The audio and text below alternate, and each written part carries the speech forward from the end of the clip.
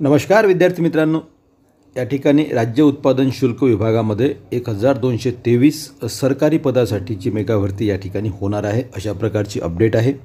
ज्या विद्यार्थ्यांचं selection police भरतीमध्ये होऊ नाही शकलं त्या विद्यार्थ्यांसाठी ही सुवर्णसंधी असू शकते, किंवा ज्यांची इच्छा खाकी वर्दी घालायची आहे त्यांच्यासाठी सुद्धा ही सुवर्णसंधी असू शकते. कारण की राज्य उत्पादन शुल्क किंवा एक्साइज डिपार्टमेंट किंवा दारूबंदी पोलीस याच्या ज्या काही भरती आहे ती भरती या ठिकाणी लवकरात लवकर निघू शकते. अशा प्रकारची अपडेट या ठिकाणी आहे. आता कोणकोणते पदं या ठिकाणी भरल्या जातील ते सुद्धा आपण या व्हिडिओच्या माध्यमातून बघणार आहोत. तर यामध्ये बघा, सुरुवातीला यांनी काय सांगितलेलं आहे, माहिती महत्त्वाची आहे, व्यवस्थित ऐकून घ्या आणि अभ्यासाची सुरुवात करा. नेमकी कोणते पदं या ठिकाणी भरल्या जातील, त्यासाठी काय शिक्षण लागेल, हे सर्व माहिती तुम्हाला या व्हिडिओमध्ये मिळू शकते. 2025 सालाच्या महसुलात मोठा वाटा उचलणाऱ्या महाराष्ट्र राज्य उत्पादन शुल्क विभागात सध्या अनेक पदे रिक्त आहेत.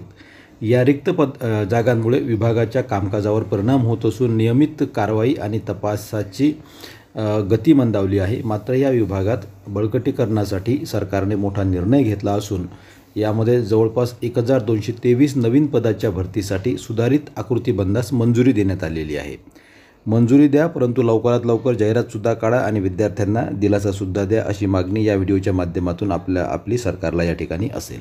यामुळे विभागात नवचैतन्य येण्याची आणि उमेदवारांसाठी नवीन संधी उगम पावण्याची शक्यता आहे. ओके.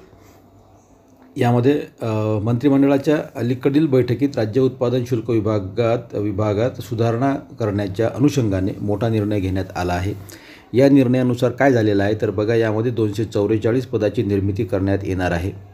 त्यानंतर यामध्ये 479 पर्यवेक्षकीय पदांचा समावेश देखील या मंजुरीत करण्यात आला आहे. पर्यवेक्षकीय पदांचा समावेश म्हणजे शक्यतोवर हे स्टेट एक्साईज सब इन्स्पेक्टरच्या ज्या काही पोस्ट आहेत त्या लेवलच्या ह्या जवळपास जागा असतील, किंवा मग सहाय्यक निरीक्षकच्या जागा या ठिकाणी असू शकतात. ते आपण व्हिडिओमध्ये समोर बघणार आहोत. एकूण 1223 पदासाठी सुधारित आकृतीबंध आता अधिकृतरित्या मंजूर झाला आहे. अधिकृतरित्या मंजूर झाला असेल तरीही जाहिरात लवकर काढा, ही आमची मागणी या ठिकाणी असणार आहे. रिक्त पदामुळे विभागावर ताण आहे, ही गोष्ट माहिती आहे आपल्याला, की ज्या ठिकाणी जागा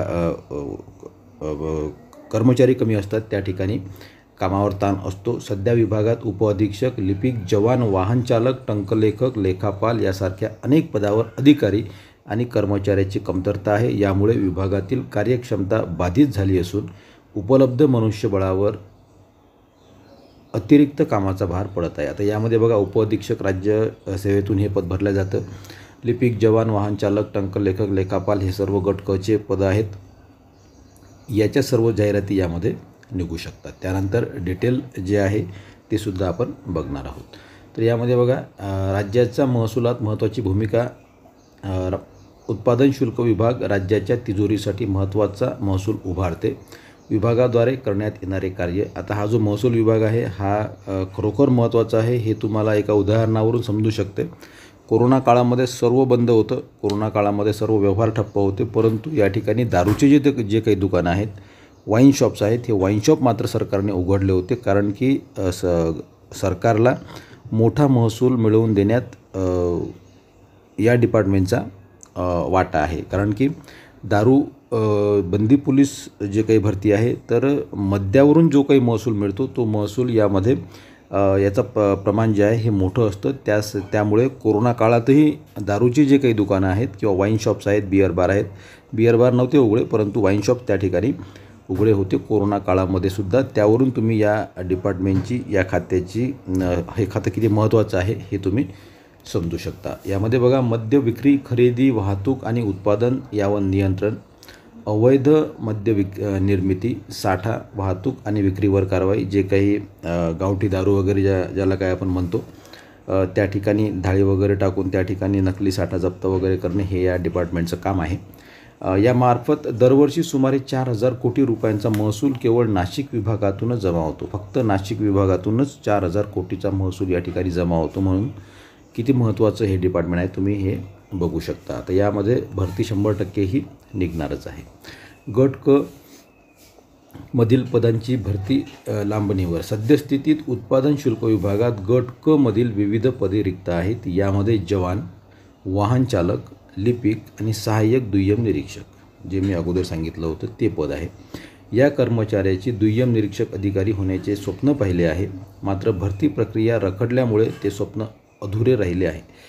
दुय्यम निरीक्षक जे पद आहे हे MPSC मार्फत भरले जातं आणि आता यामध्ये सहाय्यक दुय्यम निरीक्षक हे पद भरल्या जाईल. त्यामुळे जे काही MPSC करणारे विद्यार्थी आहेत, गट क ग्रुप Cची जी काही एक्झाम देणारे विद्यार्थी आहेत त्यांच्यासाठी सुद्धा ही सुवर्ण संधी या ठिकाणी असू शकते.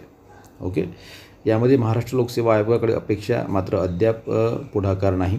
राज्य उत्पादन शुल्क विभागाने 137 दुय्यम निरीक्षक पदासाठी गृह विभागाच्या माध्यमातून महाराष्ट्र लोकसेवा आयोगाकडे मागणीपत्र पाठवले आहे, मात्र अद्याप आयोगाकडून या परीक्षेचा अभ्यासक्रम किंवा जाहिरात प्रसिद्ध झालेली नाही आहे. यामुळे अनेक पात्र कर्मचाऱ्यांमध्ये निराशा पसरली आहे. ओके, हा आपला विषय नाही आहे. MPSCच्या माध्यमातून जे विद्यार्थी भरणार आहेत त्यांच्यासाठी तो विषय आहे. आणि दरवर्षी MPSCच्या जागा निघत असतात. गट कच्या माध्यमातून राज्य उत्पादन शुल्क निरीक्षक उपनिरीक्षक हे पद या ठिकाणी भरले जातात. Sub inspector, excise sub inspector म्हणून ते एक पोस्ट असते. उमेदवार आपल्यासाठी जवान हे पद महत्त्वाचं आहे. त्यामुळे हे पद या भरतीच्या माध्यमातून भरल्या जाणार आहे. उमेदवारांसाठी संधीचे दार उघडणार. सरकारने मंजूर केलेल्या नवीन आकृतीबंधानुसार लवकरच पदभरतीची प्रक्रिया पूर्ण होण्याची शक्यता आहे. यामुळे इच्छुक उमेदवारांनी सरकारी नोकरीची उत्तम संधी उपलब्ध होणार आहे. विभागाची कार्यक्षमता वाढेल आणि नियमित तपासणी व कारवाईच्या प्रक्रियेला वेग मिळेल. त्यासाठी मित्रांनो अभ्यासाला लागा. याचे जे काही क्वेश्चन पेपर असतात ते सुद्धा आपल्या चॅनलवर काही उपलब्ध आहेत, काही अपलोड होतील स्पेशल राज्य उत्पादन शुल्काचे. त्यासाठी चॅनलला सबस्क्राईब करून ठेवा, बेल आयकॉन या ठिकाणी प्रेस करून ठेवा. ओके. त्यानंतर महत्त्वाचा विषय यामध्ये एवढाच असणार आहे की ही जाहिरात येऊ शकते. तयारीमध्ये राहा, ग्राउंडच्या तयारीमध्ये राहा, परीक्षेच्या तयारीमध्ये राहा. आणि यानंतर ज्या काही पात्रता आहेत, विशेष करून शारीरिक पात्रता आणि ज्या काही शैक्षणिक पात्रता आहेत त्या सर्व पात्रतेविषयी एक स्पेशल व्हिडिओ आपण या विषयावर घेणार आहोत. जवान या पदासाठी काय पात्रता लागतं किंवा कोणता सिलेबस त्यासाठी आहे, कोणत्या घटकावर प्रश्न विचारले जातात, त्यानंतर शारीरिक मोजमाप वगैरे काय आहे त्यावर डिटेल व्हिडिओ आपला या विषयावर येणार आहे. त्यासाठी चॅनलला सबस्क्राईब करून ठेवा. ओके. धन्यवाद. थँक्यू.